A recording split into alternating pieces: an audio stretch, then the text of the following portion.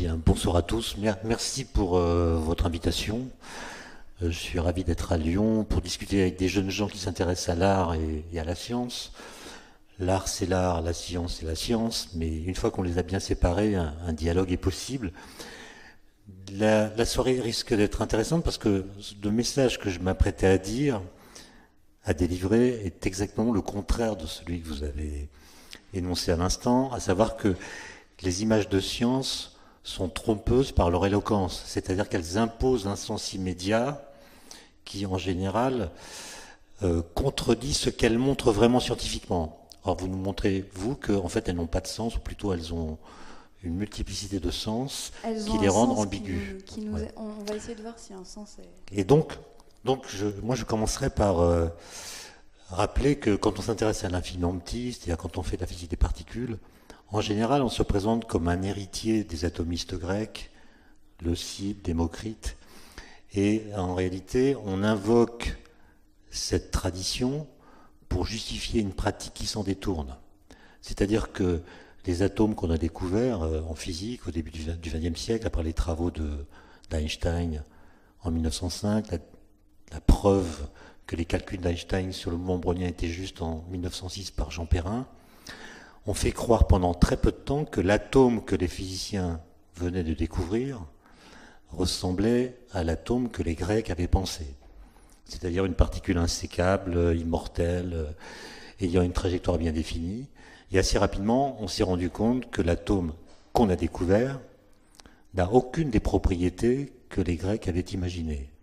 Autrement dit, ce qu'on appelle l'atome est un objet qui n'avait été préalablement pensé par personne. Et donc on pourrait dire, finalement, les Grecs, qu'on ne cesse de louer en disant qu'ils ont été les précurseurs de l'atome, en fait, ont proposé une image de l'atome qui n'existe pas. C'est-à-dire que l'atome des Grecs n'existe pas. Et l'atome qui existe n'a été préalablement pensé par personne. Et donc on pourrait dire, finalement, les Grecs n'étaient pas très futés. En fait, non. C'était des génies. Et la morale de l'histoire que je raconte là, c'est que les choses qui n'existent pas pour rien. C'est-à-dire que l'atome qu'ils ont pensé n'existe pas, mais c'est parce qu'ils l'ont pensé que tout un débat a été déclenché par cette image originelle qu'ils ont eue, et ces débats, au bout de 2500 ans, ont débouché sur la découverte expérimentale d'un objet qu'on appelle l'atome, qui n'est pas celui qu'ils avaient pensé, mais qu'on n'aurait pas découvert s'ils ne l'avaient pas pensé. Alors on pourrait dire, finalement, on s'est trompé d'échelle. Certes, l'atome des physiciens est composite, mais les particules élémentaires qui le constituent sont vraiment des atomes. C'est des atomes à plus petite échelle, plus petits que l'atome, l'électron, les quarks. Voilà les atomes, les vrais, insécables, de la physique contemporaine. Et c'est cette image-là que je vais essayer de détruire. Justement, en m'appuyant sur une phrase de Roland Barthes. Roland Barthes, vous le savez, on a célébré en 2015 le centenaire de sa naissance. Et dans son ouvrage majeur, je crois, qui s'appelle Mythologie, il a écrit cette phrase: « L'image est plus impérative que l'écriture. Elle impose la signification d'un coup, sans l'analyser, sans la disperser. » Donc ça contredit votre expérience, parce que je ne sais pas si vous avez joué un petit rôle, mais vous sembliez hésiter sur ce que montre l'image, et lui dit le contraire, il dit qu'en fait on n'hésite jamais, et c'est ça l'erreur. Et cette remarque de Roland Barthes, il me semble qu'elle vaut principalement pour les images de science. Je crois, on ne pourrait peut-être pas universaliser mon propos, mais dans beaucoup de cas, les images de science démontrent le contraire de ce qu'elles montrent. Et quand on en fait l'analyse scientifique, on aboutit à des conclusions qui sont le démenti de l'impression première qu'elles ont délivrée. Et l'exemple que je voudrais donner, c'est celui de la chambre à bulles. La chambre à bulles, vous savez, c'est un détecteur de particules qu'on a utilisé à partir des années 53. C'est des photos, et c'est un dispositif qui a été inventé par un physicien américain qui s'appelle Donald Glaser, qui a eu le prix Nobel de physique en 1960. En fait, c'est la seule chose qu'il ait faite, c'est d'inventer la chambre à bulles. Il était connu parce qu'il coinçait la bulle, c'est le cas de le dire, dans un bar qui s'appelait The Brown Jug, qu'on pourrait traduire par la cruche brune. La cruche brune, c'est un nom qui sonne comme une revanche pour les blondes. Mais en fait, c'est en regardant plusieurs heures par jour les bulles montant dans son verre de bière qu'il a eu l'idée de la chambre à bulles. L'idée, c'est que un liquide qu'on comprime quand on le chauffe ne bout pas. Il ne va pas jusqu'à l'ébullition parce que la pression l'empêche de bouillir. Mais si brutalement on lâche le piston qui maintient la pression, alors il ne va pas se mettre à bouillir tout de suite. Il va être dans un état qu'on appelle métastable. Et cet état va être perturbé par n'importe quel objet qui le traverse, par exemple une particule chargée.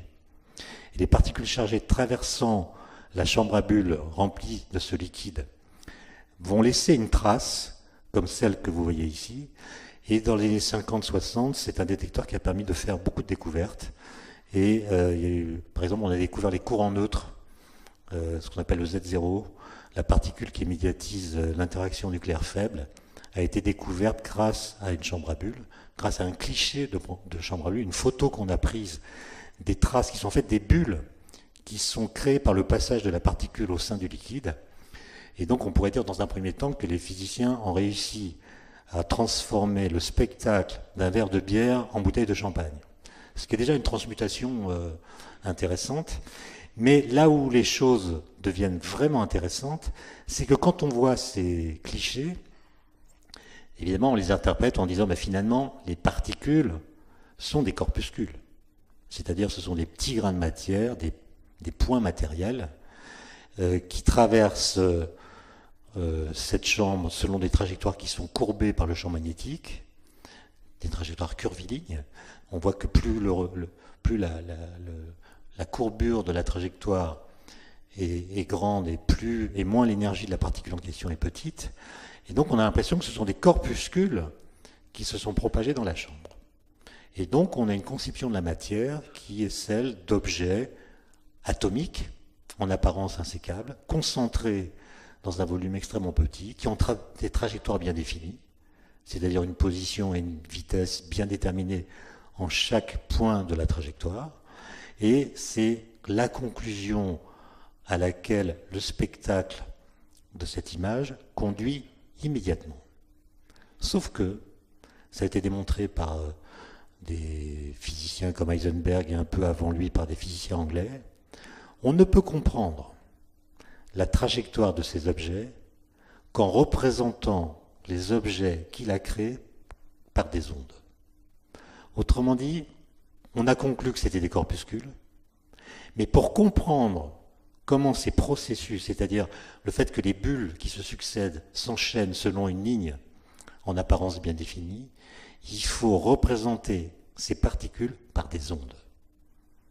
Et c'est quand on les représente par des ondes qu'on comprend pourquoi l'enchaînement des bulles se fait selon une trajectoire qui semble assez bien définie. Et donc, ce cliché montre en fait que les particules sont autre chose que des corpuscules, alors que l'interprétation primitive de l'image nous fait conclure que ce sont des corpuscules. Et autrement dit, la morale de l'histoire, c'est qu'il faut se méfier de l'éloquence des images, qui peuvent montrer le contraire, qui peuvent en fait démontrer le contraire de ce qu'elles montrent. Et ça va même plus loin, ça peut aboutir à une sorte de définition de la physique moderne. Il y a un philosophe des sciences qui s'appelle Alexandre Koyré, qui disait que le pari de la physique moderne, c'est qu'on peut expliquer le réel par l'impossible. C'est-à-dire on peut expliquer ce qu'on voit, ce qu'on observe, grâce à des lois qui contredisent ce qu'on observe.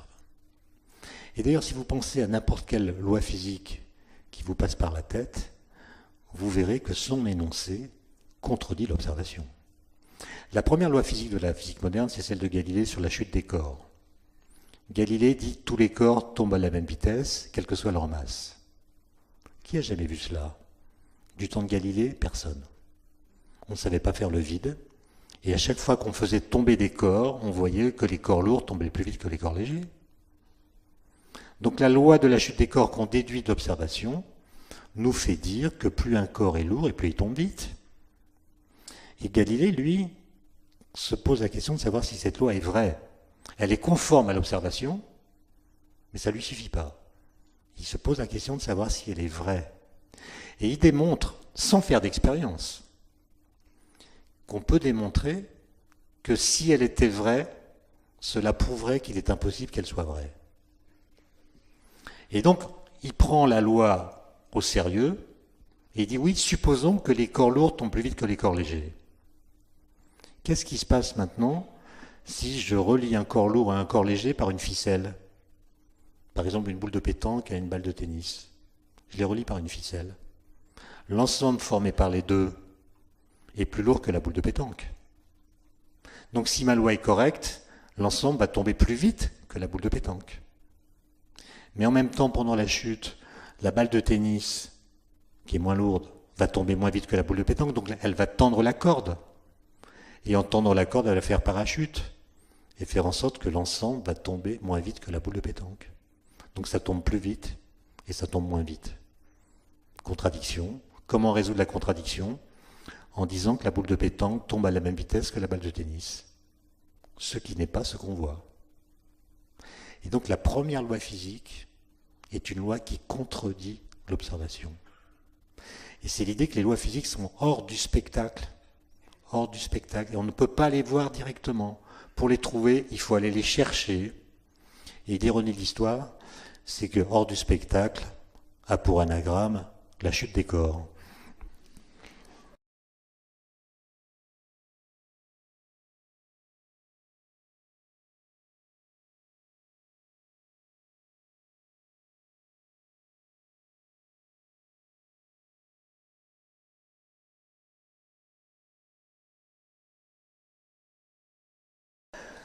Alors la question que je voudrais poser dans un deuxième temps, c'est, puisque les apparences sont trompeuses, puisque la physique n'est pas la bureaucratie des apparences, comme disait Einstein, comment est-ce qu'on arrive à trouver les lois qui contredisent ce qu'on voit? Si les lois sont cachées, comment y a-t-on accès?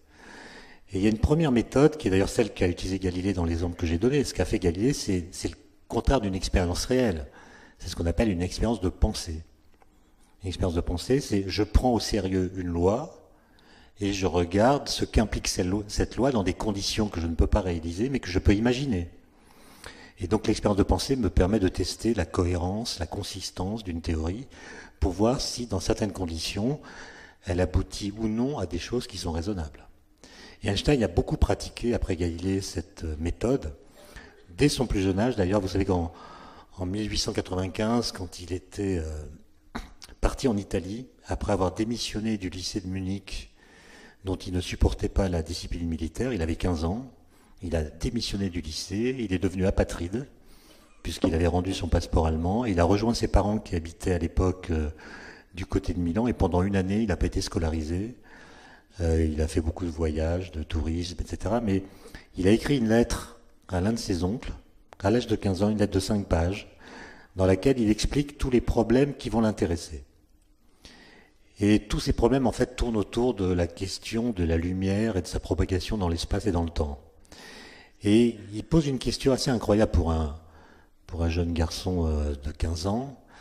Il dit, voilà, j'imagine que la lumière va à la vitesse de la lumière. Pour l'instant, ce n'est pas un effort d'imagination colossal, mais j'imagine que la lumière est capable d'émettre de la lumière. Très bien. Quelle sera la vitesse de la lumière émise? Donc si la vitesse de la lumière est celle de toutes les lumières, la vitesse de la lumière émise va aller 2 fois plus vite que la lumière émettrice. Mais si la lumière émise émet à son tour de la lumière, ça fera 3 fois la vitesse de la lumière, etc. Et donc il comprend que si la lumière est capable d'émettre de la lumière, on peut fabriquer une sorte d'escalier cinématique jusqu'à l'infini, jusqu'à une vitesse infinie. Et il dit c'est bizarre. C'est bizarre, il voit qu'il y a un problème là. C'est une question, on pourrait dire que c'est une question d'enfant, sauf que c'est une question que ne posent pas les enfants, sauf Einstein. Et 1 an plus tard, quand il sera à nouveau scolarisé en Suisse, dans un petit village qui sera Arao, il va faire une autre expérience de pensée, qui est un peu le prolongement de celle que je viens d'évoquer, où il essaie de se mettre dans des situations qu'il imagine, mais qu'on ne peut pas réaliser concrètement, pour essayer de deviner quel paysage il verrait s'il était dans cette situation. Et il se demande par exemple ce qu'il verrait, quelles seraient les images qu'il verrait s'il était à cheval sur un rayon de lumière.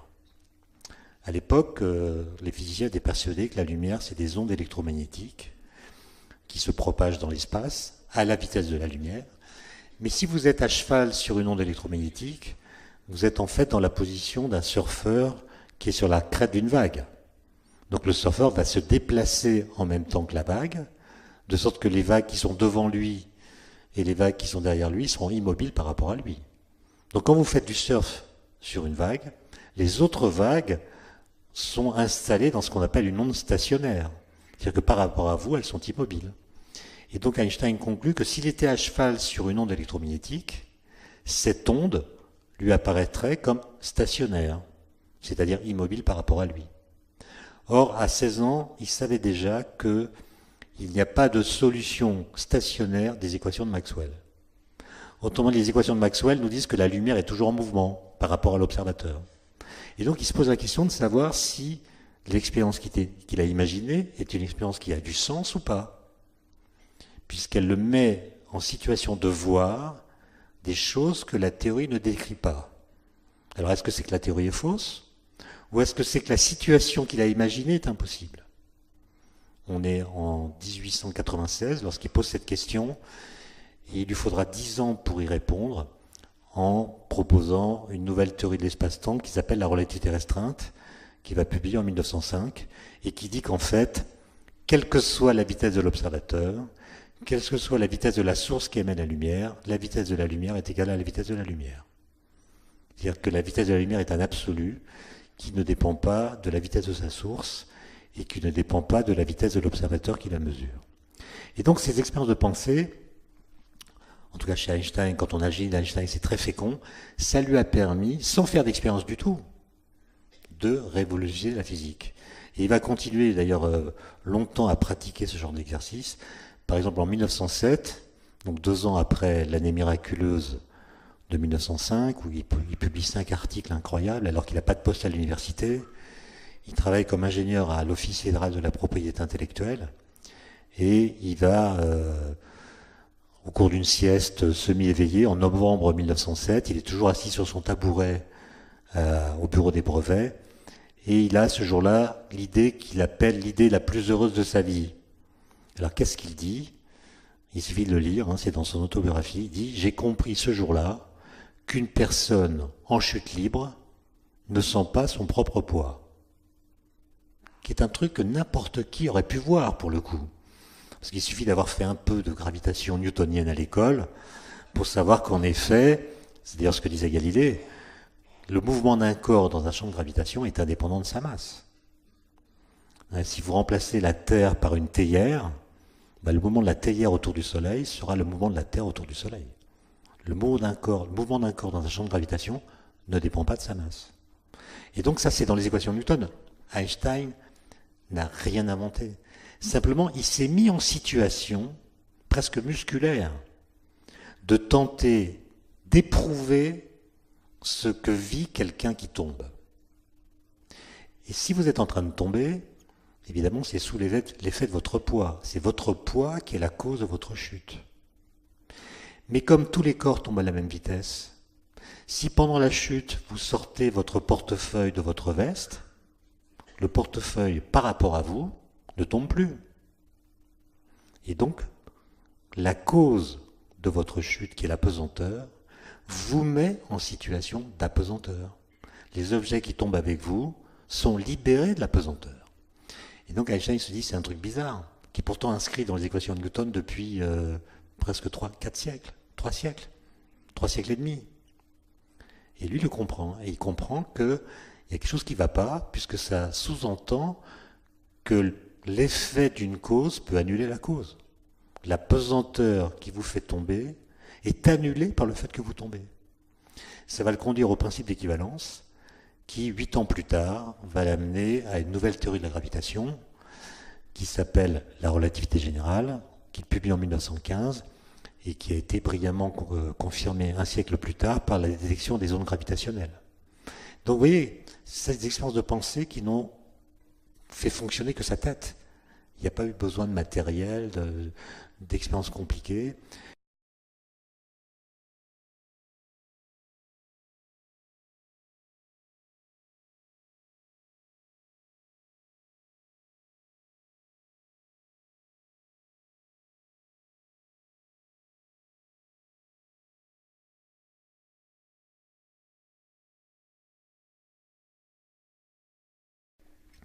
Voilà une collision, enfin les traces des particules qui ont été produites par une collision du LHC à Genève, une de ces collisions qui ont permis d'établir la preuve de l'existence du boson de Higgs en 2012. Alors quand on regarde la matière à notre échelle, on a tendance à lui attribuer toutes sortes de propriétés, et par une sorte de prolongement à toutes les échelles, on va considérer, en suivant ce fil, que la matière se ressemble à toutes les échelles et que les lois qui la régissent sont les mêmes à notre échelle macroscopique qu'elles sont à l'échelle microscopique. Et ce que j'essaie de vous montrer, c'est que c'est faux, c'est complètement faux. Par exemple, à notre échelle, la matière se conserve. La matière se conserve, c'est d'ailleurs ce qui permet d'établir un droit de propriété. Je possède ma voiture. Si la matière ne se conservait pas, elle pourrait disparaître, cette matière, sans que je puisse porter plainte.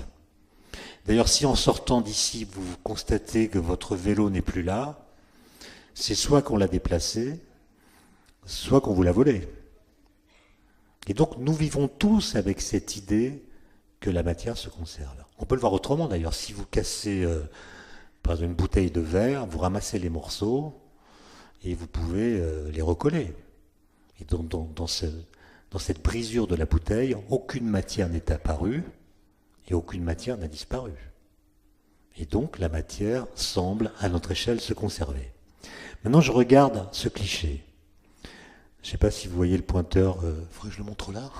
Donc, il y a un proton qui est arrivé par ici, un proton qui est arrivé par là. Ils se sont heurtés au centre de l'image et ce choc a provoqué la libération de centaines de particules dont nous voyons ici les traces courbées par le champ magnétique. Donc on pourrait penser d'abord que les particules incidentes se sont cassées et que ce que nous voyons là, ce sont les débris des particules incidentes.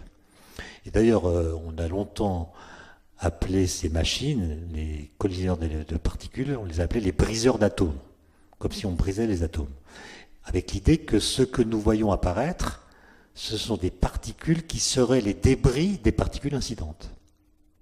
En fait, non. Les particules que vous voyez là ne préexistaient pas à leur apparition dans la collision. C'est la collision qui les a créées. En plus, si vous mesurez leur masse, vous mesurez la somme totale des masses de toutes les particules qui sont repérées par ce détecteur, vous allez voir que cette masse totale est plusieurs dizaines de milliers de fois supérieure à la masse des particules incidentes.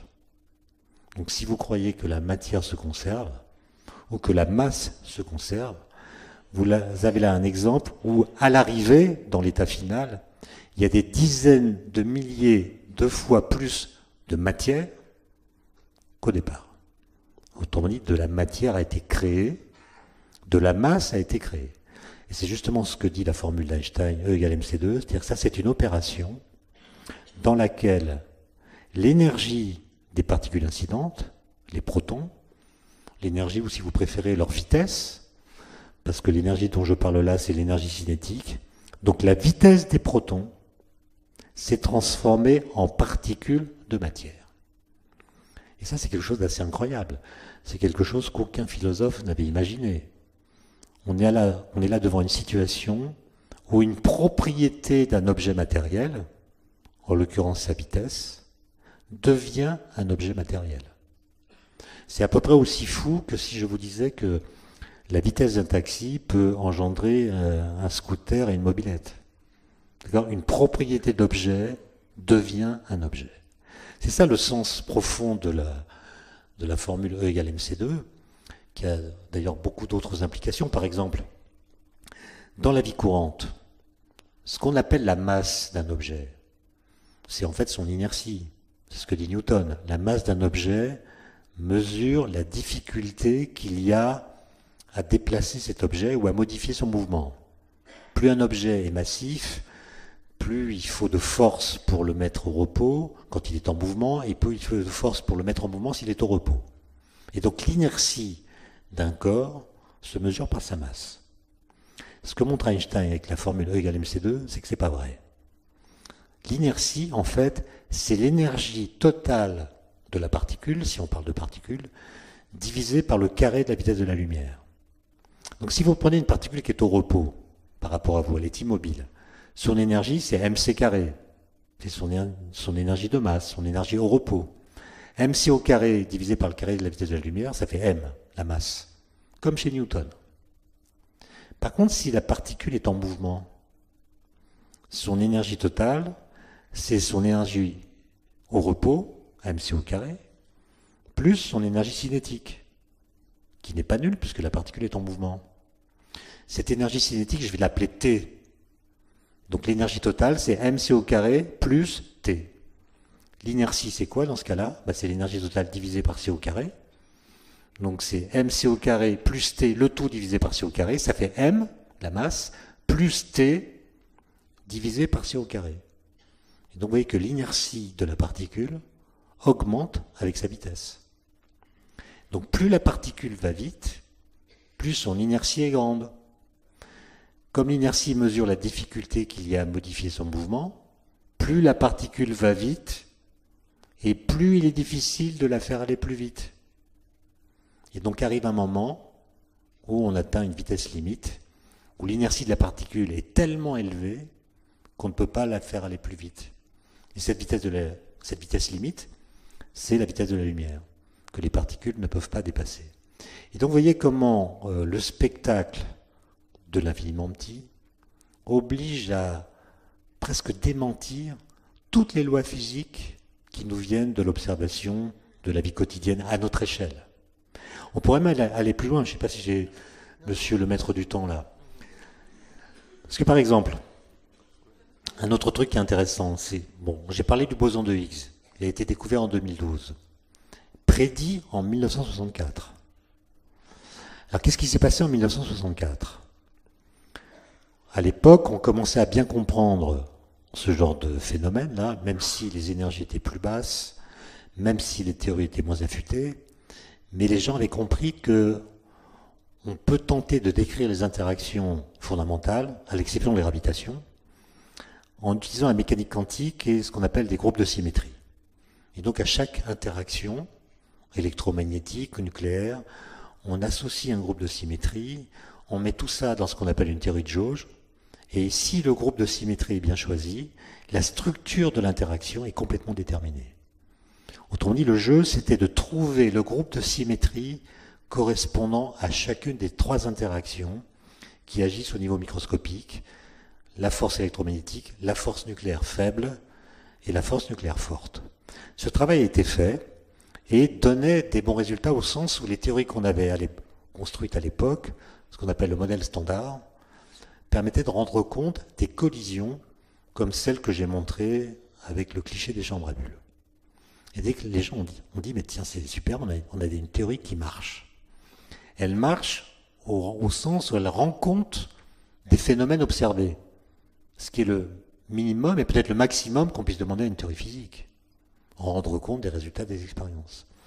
Simplement, il y a des gens qui se sont dit mais qu'est-ce qui se passerait vraiment si ces équations étaient justes? Un peu comme Galilée qui se demande qu'est-ce qui se passerait vraiment si les corps tombaient d'autant plus vite qu'ils sont plus lourds. Qu'est-ce que ça impliquerait vraiment?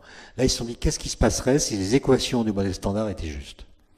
Et la conclusion à laquelle ils sont arrivés, c'est d'ailleurs un calcul très simple, a été de dire que si les équations du modèle standard étaient justes, alors les masses des particules élémentaires devraient toutes être nulles.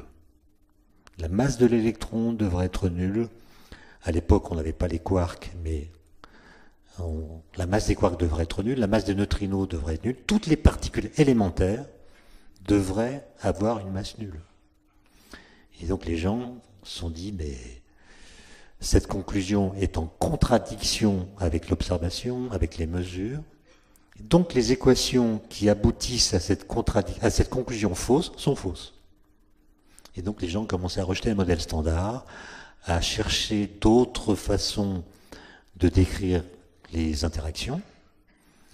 Et puis il y a 3 jeunes gens, qui s'appellent Englert, Higgs et Brute, qui de façon indépendante se sont dit, mais peut-être que les équations ont raison. Il faut se souvenir de Galilée. Le pari de la physique, c'est d'expliquer le réel par l'impossible. Et donc peut-être qu'on peut expliquer la masse des particules grâce à une théorie qui dit qu'elles n'ont pas de masse. Et ces gens ont publié 2 papiers, l'un en juillet 64, l'autre en août 64, 2 papiers qui disent la même chose. Le premier est signé par Brute et Englert, c'est un papier d'1 page et demie. Et le second, 1 page et demie aussi, est signé par Peter Higgs. Et donc ces gens se disent, peut-être que depuis Newton, on a mal compris ce qu'est la masse. On s'est trompé. Dans notre esprit, la notion de masse va de pair avec la notion de matière. Par exemple, j'ai du mal à imaginer ce que seraient des particules de matière qui n'auraient pas de masse. Et de la même façon, j'ai du mal à penser la masse sans imaginer qu'elle est incarnée en particules de matière. Ça veut dire que dès que je pense masse, je pense matière, et dès que je pense matière, je pense masse. Et ces 3 physiciens se sont dit, peut-être que ce réflexe que nous avons est trompeur. Peut-être que les notions de masse et de matière doivent être découplées l'une de l'autre. Au lieu de dire que une particule de matière a une masse du simple fait que c'est une particule de matière, c'est-à-dire, au lieu de dire que la masse des particules est une propriété intrinsèque des particules, pourquoi ne pas imaginer que c'est une propriété secondaire? C'est-à-dire une propriété qui ne vient pas d'elle-même, mais qui vient de leur interaction avec le vide. Et du coup, les équations qui disent que les particules ont une masse nulle ont raison, elles ont une masse nulle.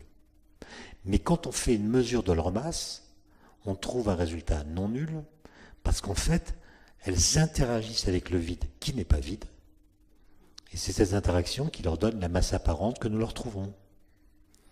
Et donc ces physiciens ont postulé que dans le vide, en fait il y a un champ quantique, qui est partout présent, qui est très simple, c'est un champ scalaire. Il y aurait beaucoup de choses à dire là-dessus d'ailleurs, mais donc un champ scalaire, c'est comme un champ de température, c'est un champ qu'on peut repérer en tout point de l'espace et du temps par un nombre réel.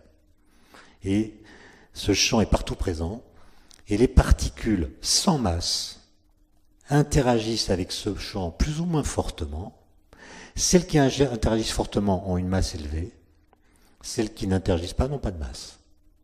C'est un peu comme la métaphore que j'aime bien utiliser, c'est celle d'imaginer que les particules ont des skis.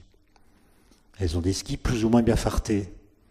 Et le champ de Higgs, c'est le champ de neige. C'est un champ de neige qui a partout la même épaisseur, il est uniforme, et les particules qui ont des skis glissent sur ce champ de neige plus ou moins bien.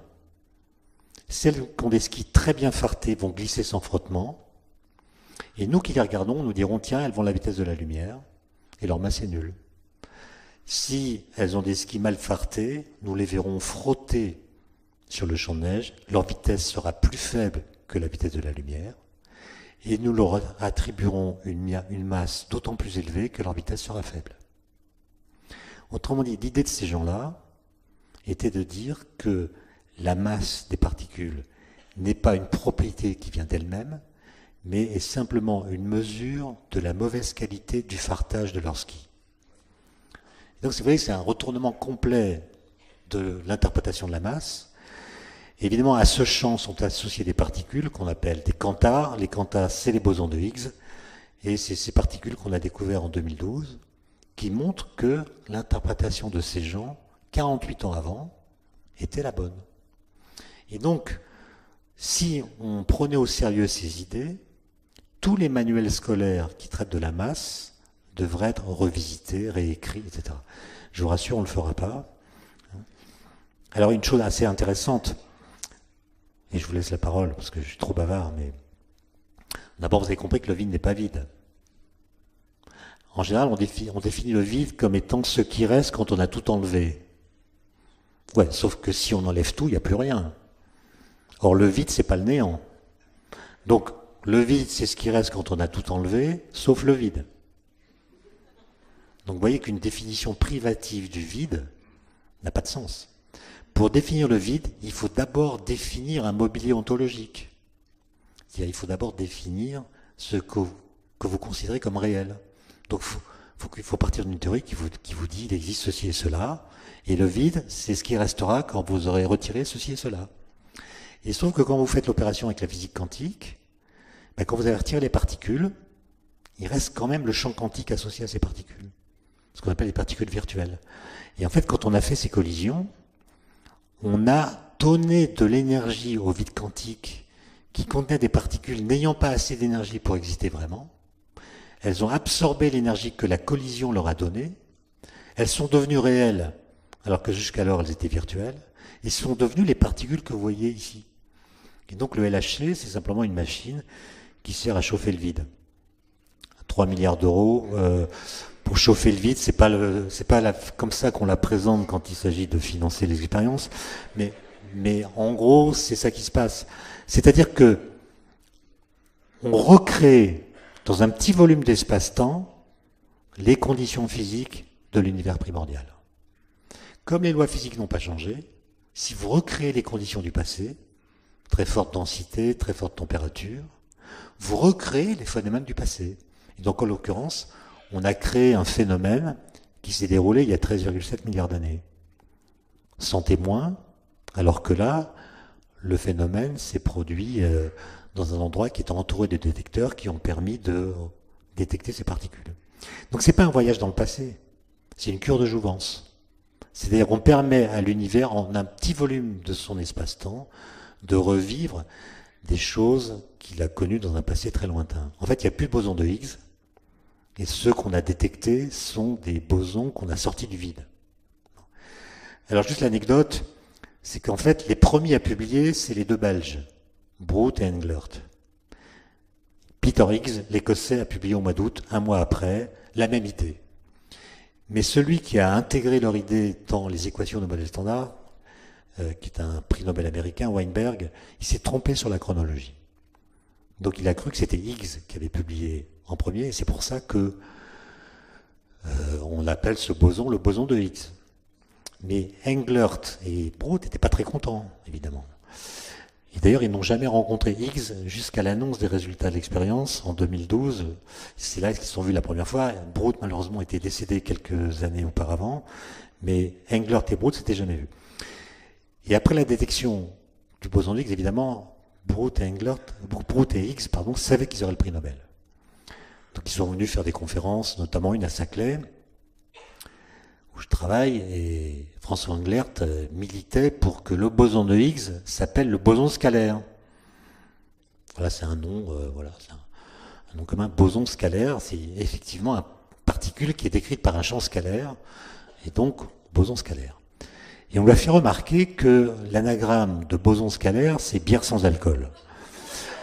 Ce qui pour un Belge n'est pas possible. Et donc il a changé son fusil d'épaule, et maintenant il milite pour qu'on l'appelle le boson H.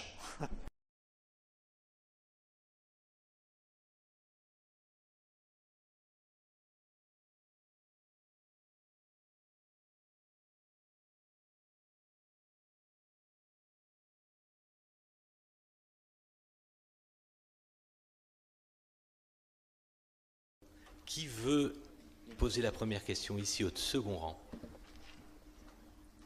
Donc, bonsoir à tous et bonsoir professeur Klein. Moi j'aimerais vous poser une question, mais j'ai peur qu'elle soit un petit peu en décalage avec le thème de la conférence, parce que vous m'avez impressionné lorsque je vous vois par le biais de Internet. C'est la fameuse question où là mon cerveau s'arrête. C'est lorsque vous abordez l'absence de toute chose, entre le passage de l'absence de toute chose à l'apparition de l'être. Voilà. Bon. C'est tout. Voilà. On est dans le néant, là aussi. Non, c'est en effet une autre question. Non, je ne vais pas la traiter ce soir, mais en gros, je vois à quoi vous faites allusion. C'est-à-dire que si on prend le mot origine de l'univers au sérieux, il faut penser ce que vous dites. C'est-à-dire penser comment le néant a pu devenir quelque chose. Parce qu'à chaque fois qu'on nous dit que l'origine de l'univers c'est ceci ou cela, que le discours en question vienne des religieux, des scientifiques ou d'autres, on tient un discours qui est en contradiction avec l'idée même d'origine. Parce que si vous dites par exemple, l'origine de l'univers c'est ceci ou cela pouvant être un être transcendant, ou bien un trou noir, ou bien le vide quantique, ou bien, vous voyez bien que ça ne va pas, parce que, ou bien cette chose que vous mettez en amont de toutes les autres a toujours été là, mais s'il y a toujours eu quelque chose, ça veut dire que l'univers n'a pas d'origine. Ou bien cette chose est elle-même l'effet d'une cause qui l'a précédée, et c'est pas l'origine. Voilà.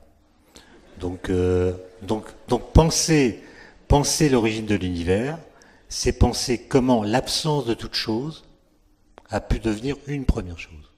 Et c'est non pas penser comment une chose qui était là est devenue autre chose. Voilà. Et donc c'est pour dénoncer, si vous voulez, la désinvolture avec laquelle on parle de l'origine de l'univers que j'ai pris cet exemple. Cela dit, il y a un truc marrant, c'est que dans les discours, il y a 3 mots qui sont considérés comme synonymes: néant, vide. Alors le vide n'a rien à voir avec le néant, moi je l'ai montré. Néant, vide et rien. C'est 3 mots qu'on utilise comme s'ils étaient identiques l'un à l'autre. Alors on va faire un petit exercice rigolo. On les met l'un derrière l'autre, et devant on met le pronom je. Et on les lit l'un derrière l'autre, ça fait je n'ai envie de rien.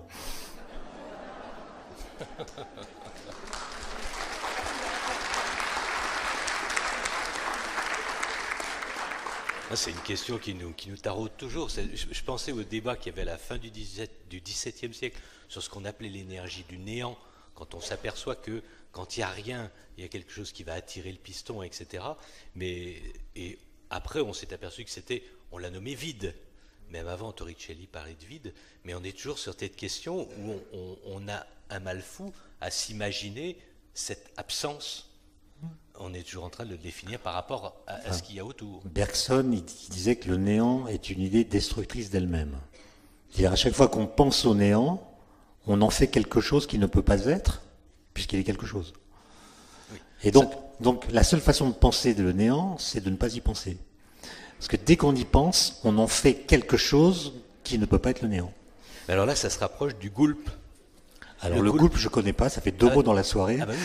Chez les 2 dîners mondains. Chez les Shadok, le goulp, c'était un trou avec rien autour. Ah, c'est l'antimatière, ça. Ah ben voilà.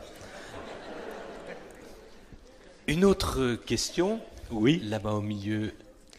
Ma question se rapporte à votre délectation pour les anagrammes. Quand vous êtes à table et que vous faites un concours d'anagrammes avec un Allemand, un Italien et un Chinois, comment ça se passe? Heureusement, ça ne se passe jamais. Le problème des anagrammes, c'est qu'on ne peut pas les traduire. Mais il y en a dans toutes les langues alphabétiques. Il y a des anagrammes dans toutes les langues alphabétiques. Il y en a beaucoup en anglais. Enfin, les Anglais adorent les anagrammes, non seulement avec les mots, mais avec les nombres, avec les chiffres. Par exemple, quand vous trouvez, calculez 12 plus 1. Ça fait 13. Maintenant, vous calculez 11 plus 2. Ça fait 13. Maintenant, vous regardez les lettres. À gauche et à droite, c'est les mêmes. Donc, vous avez à la fois une anagramme sur les lettres et sur les nombres. En anglais, 11 plus 2, ça fait 13. Et 12 plus 1, ça fait 13. En français, ça ne marche pas, sauf pour les nombres, pas pour les lettres. Et on peut en trouver en français avec les lettres, c'est plus compliqué. Mais même si vous faites un best-seller en français avec des anagrammes, ça ne se vend pas à l'étranger. C'est ça le problème. Bonsoir. Si on fait la somme des nombres de 1 jusqu'à l'infini, de différentes manières sur le plan mathématique, on peut démontrer que ça fait moins 1/12e. C'est complètement contre-intuitif. Et pourtant, l'effet Casimir, pas celui de l'île aux enfants, mais Casimir, repose là-dessus. Quelle leçon doit-on tirer sur le plan de la philosophie des sciences? Alors, Il va falloir que je réfléchisse là.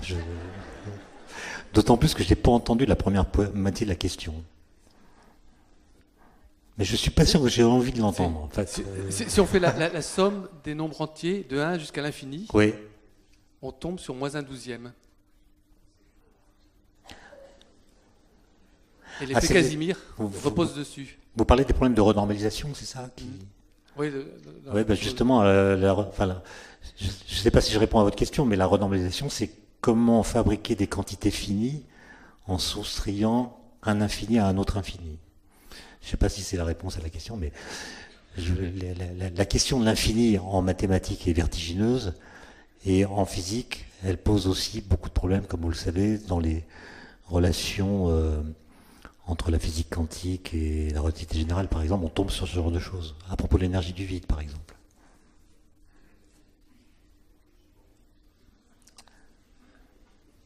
Une autre question ou une réflexion? Il y a ici au 4e rang. Attendez, le micro arrive, que tout le monde puisse entendre votre question. Oui, Alain Cohn, médaille Fields, mathématicien, a redémontré le boson de Higgs avec la géométrie non commutative. Et il dit que le boson de Higgs apparaît comme une partie de la gravitation. Qu'est-ce que vous pensez de cela? Non, mais je pense beaucoup de choses, parce que Alain Cohn, il avait prédit la masse du boson de Higgs, mais c'était pas la bonne valeur. Et après, il a corrigé ses calculs pour tomber sur la bonne valeur, mais après coup. En effet, il a produit un modèle dans lequel le boson de Higgs apparaît de façon naturelle, alors que dans le modèle standard, il apparaît par l'effet de ce qu'on appelle une brisure de symétrie. Mais ce qui est rigolo avec ça rejoint la question des anagrammes, j'en suis désolé, mais c'est une histoire vraie. C'est que les géométries non commutatives sont des géométries dans lesquelles on repère les points d'un espace, non pas par des coordonnées comme on le fait d'habitude, mais par ce qu'on appelle des opérateurs algébriques. Et ce sont les relations de commutation ou d'anticommutation de ces opérateurs qui définissent la structure de la géométrie. Et ce qu'a démontré Alain Cohn, c'est que c'est peut-être ces géométries qui expliquent le moteur du temps. C'est-à-dire qu'à partir du moment où vous mettez des relations hiérarchiques dans l'espace, ça peut être quelque chose qui va dynamiser la géométrie. Et donc produire, disons, un cours du temps. Bon. Maintenant, vous voyez que les anagrammes, ça a à voir avec ça. Ça a à voir avec ça, puisque si on fait des anagrammes, c'est précisément parce que les positions des lettres dans les mots ne commutent pas. Si vous changez l'ordre des lettres, ben vous changez le mot et son sens. En général, vous fabriquez un mot qui n'a pas de sens. Et donc, comment est-ce qu'on fait des anagrammes? On prend les lettres d'un mot, on les met par ordre alphabétique. S'il y en a deux qui sont identiques, on met la lettre au carré. On fait comme si c'était un produit de facteurs, si vous voulez. Et évidemment, à partir de ce produit, on peut fabriquer toutes les anagrammes du mot en question. Bon. Et donc, les anagrammes ont à voir avec la non-commutativité de la position des lettres dans les mots. Or, Paul Dirac, grand physicien quantique, a montré que ce qui fait que la mécanique quantique ne sera jamais réductible à la physique classique, c'est justement la non-commutativité. C'est-à-dire que quand vous mesurez la position d'une particule puis sa vitesse, vous n'obtenez pas le même résultat que si vous mesurez d'abord sa position, puis sa... Enfin, je ne sais plus dans quel ordre j'ai dit, mais enfin bref, vous inversez les deux trucs. Et donc, les anagrammes ont un truc assez puissant. Et un jour, j'ai rencontré Alain Cohn, qui expliquait justement comment le boson de Higgs, en apparaissant dans l'univers primordial, va donner une masse aux particules élémentaires, donc va leur donner un temps propre. Bon. Et donc, le boson scalaire de Higgs, quand vous regardez, quand vous cherchez les anagrammes, ben vous trouvez un truc extraordinaire, vous trouvez, ça donne l'horloge des anges ici-bas. Le boson scalaire de Higgs, l'horloge des anges ici-bas. C'est-à-dire qu'avant le boson de Higgs, les particules n'ont pas de masse, ce sont des anges. Le boson de Higgs apparaît, elles ont une masse, et acquiert un temps propre. Parce qu'en relativité, pour qu'une particule ait un temps propre, il faut que sa masse soit non nulle. Donc j'ai raconté ça à Alain Cohn, qui est quasiment, je vous jure que c'est vrai, en étant en Corse, quasiment tombé en syncope. Tellement il était... Il a pris l'avion le lendemain avec sa femme pour aller à Venise. Et quelques mois plus tard, est sorti en librairie un livre écrit par Alain Cohn et son épouse, qui s'appelle Le Théâtre Quantique, sous-titre L'horloge des anges ici-bas. Ça l'a marqué. Mais ce qui est incroyable, c'est qu'il n'avait pas vu le lien entre les géométries non commutatives dont il est le père et les anagrammes.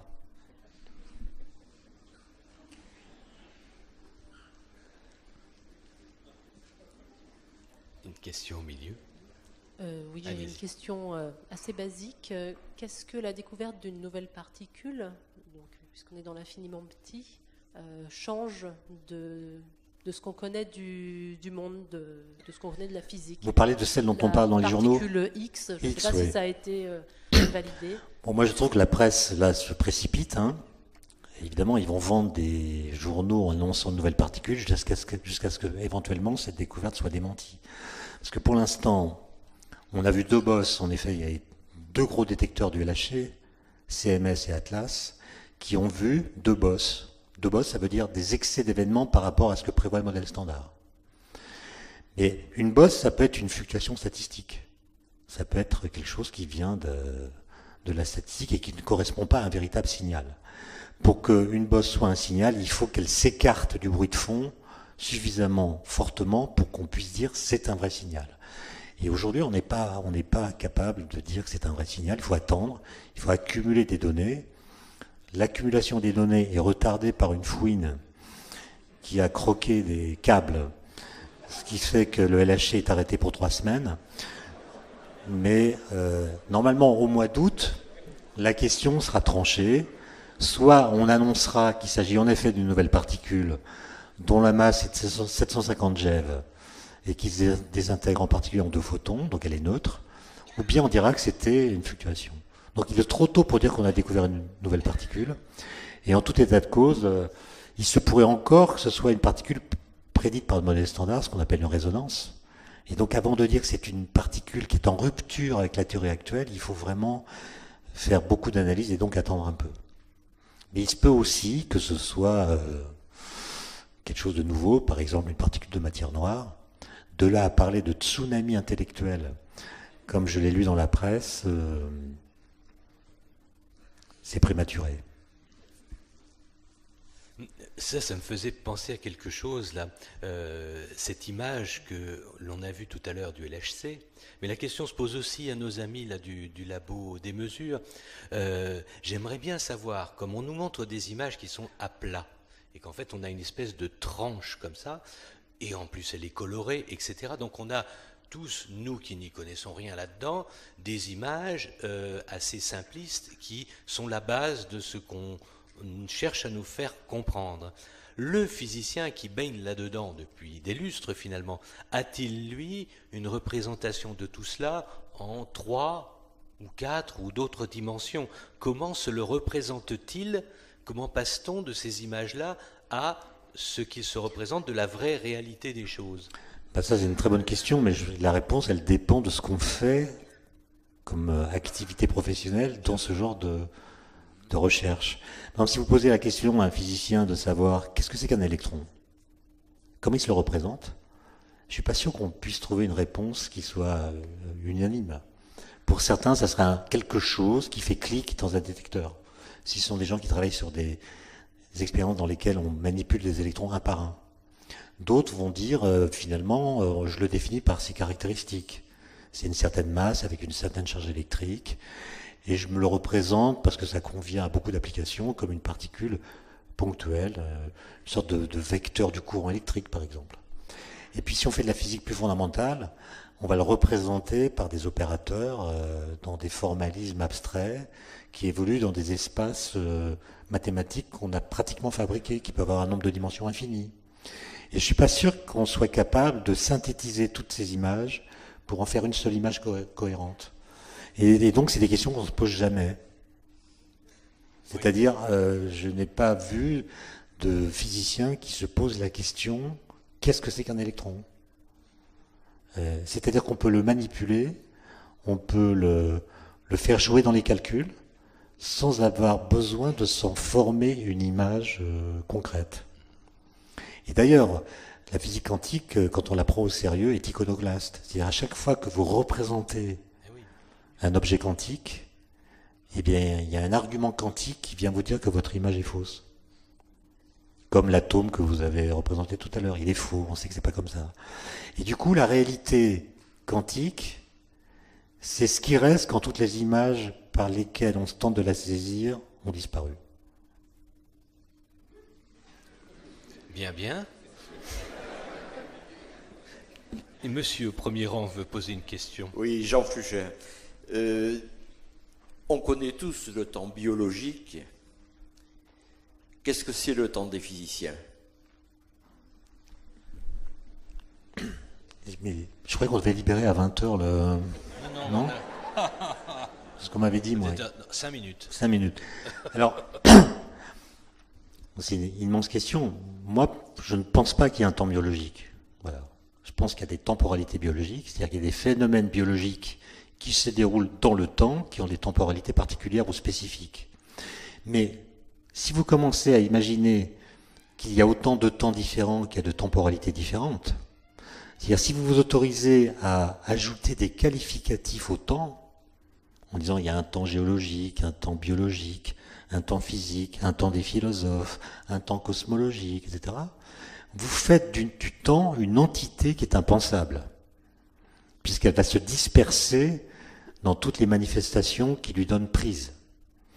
Et donc, moi, mon travail, c'était de dire, prenons les équations de la physique au sérieux, parce que la physique est quand même une science efficace. Je dis pas que la biologie l'est pas, mais la biologie n'a pas d'équation.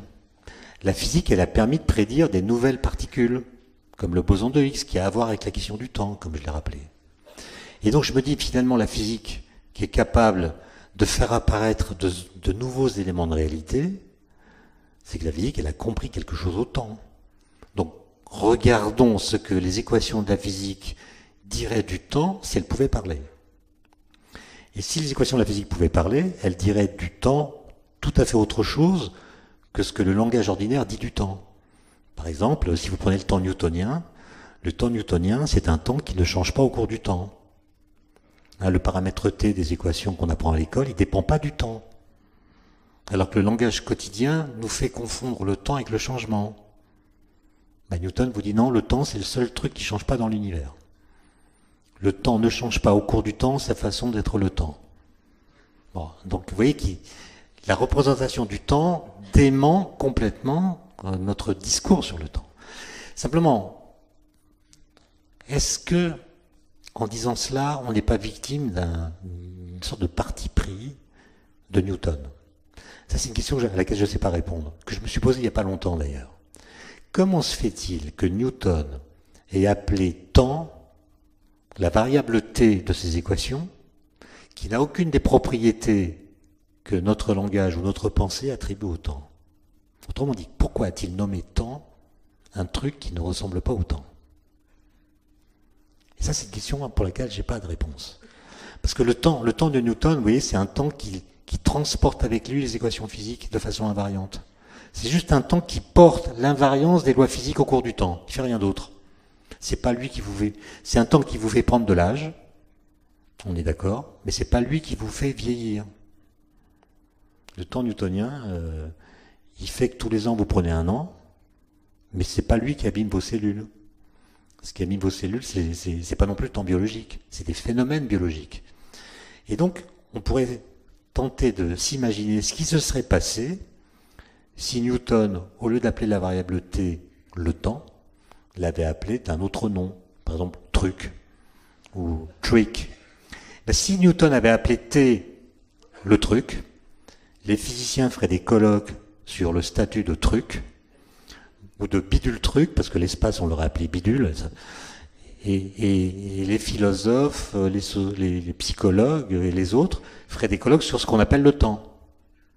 Mais vous voyez, il faudrait pouvoir reconstituer le cheminement intellectuel qu'a suivi Newton pour décréter qu'une nouvelle variable apparaissant dans les équations était ce qu'on appelle le temps. Pourquoi il a fait ce choix sémantique? Et j'aimerais bien avoir la réponse un jour. Entre-temps, je le vois passer Oui. le temps, et donc je vous propose... Il y a un peu plus de 30 ans, on Qu'est-ce parlait qui parle, beaucoup là dans les... C'est moi. Ah voilà. il y a un peu plus de 30 ans, dans les sciences humaines, on parlait beaucoup des représentations. Et pour faire simple, c'était « dis-moi quelles sont tes représentations et je te dirai à quelle cosmologie tu as accès ». Aujourd'hui, est-ce que ce thème est encore d'actualité? Et si oui, sous quelle forme? Parce qu'on a beaucoup tourné autour de ces questions-là, autour de l'image, autour de la représentation de l'image, avec les dimensions, etc. Que dire aujourd'hui sur cette question des représentations?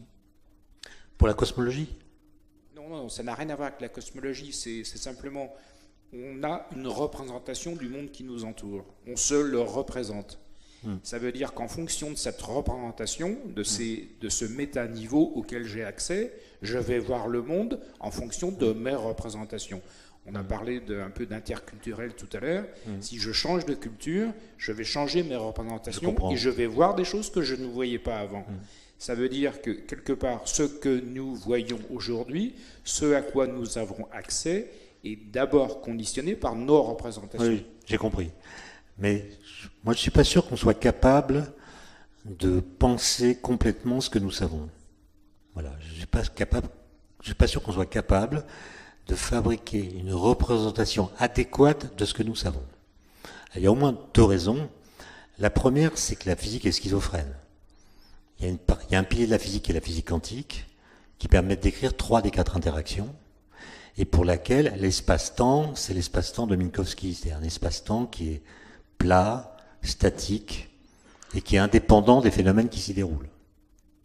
Donc cette physique-là, qui n'a jamais été démentie, le boson de Higgs est la preuve que, au moins dans son domaine, elle est d'une efficacité incroyable, est en contradiction avec la relativité générale qui décrit la gravitation, et pour laquelle l'espace-temps n'a pas du tout le même statut.